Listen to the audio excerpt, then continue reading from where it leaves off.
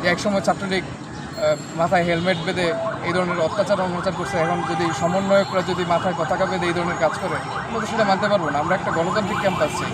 সাধারণ শিক্ষার্থীদের মধ্যে এই সন্দেহ তৈরি হয়েছে যে এই সমন্বয়করা আসলে কারা। আমরা দেখতে পাচ্ছি যে জাহাঙ্গীরনগর বিশ্ববিদ্যালয়ে যেই ঘটনা ঘটছে সেখানেও ছাত্রলীগের একজন সাবেক নেতাকে পিটিএম মেরা ফেলা হয়েছে। তো একজন মানুষকে পিটিএম মেরা ফেলেছে এবং সেখানে আমি খবর পেলাম যে 3 জন সমন্বয়ক সেখানে ইন্ধনদাতা হিসেবে আছে। তার মানে এখন সমন্বয়ক কি নতুন সমন্বয়ক লীগ তৈরি হইতেছে, সেটা কি ছাত্রলীগ 2.0 হিসেবে কি আমরা দেখতে পাচ্ছি কি না?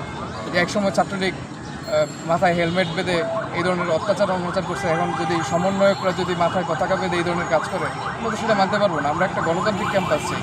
এই বিরাজনীতিকরণ ক্যাম্পাস সাধারণ শিক্ষার্থীদের হাতে আতঙ্ক তুলে দেওয়া, এটা আমরা চাই না। আমরা চাই বিশ্ববিদ্যালয় প্রশাসন গণতান্ত্রিকভাবে সুষ্ঠু প্রশাসন সব কিছু মেনটেন করবে, নট সাধারণ শিক্ষার্থী আর অন্য সাধারণ অন্য কোনো ছাত্র সংগঠন।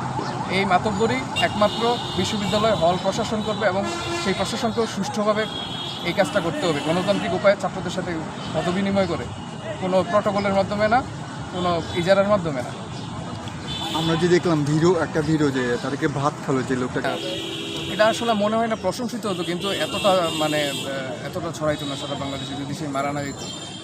আমি মনে করি যে এই সব ঘটনা নিয়ে আমাদের বিশ্ববিদ্যালয় শিক্ষার্থীদের মধ্যেই যে মানবিকতার অভাব, তারা যে অমানবিক হয়ে গড়ে উঠতেছে, এটা আসলে আমাদের আগামীর জন্য এটা আশঙ্কাজনক।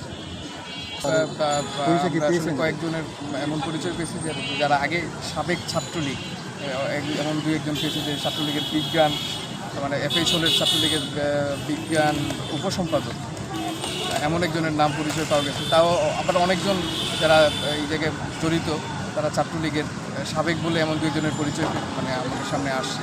কারণ হয়তো তারা ইন্ধনদাতা, অন্যরাও ছিল। আবার বিশ্ববিদ্যালয়ের হলে এখন নানা গুপ্ত সংগঠনের লোকজনও আছে। এখন আসলে এই জায়গায় সাধারণ শিক্ষার্থী দেশে যখন কাজগুলো করা হয়, তখন আলটিমেটলি আপনি কোনো একক সংগঠনের উপর তো আপনি একা দায়ভার আপনি দিতেও পারেন। তবে এখানে ছাত্রলীগের ইন্ধন আছে, এটা পানির মতো পরিষ্কার।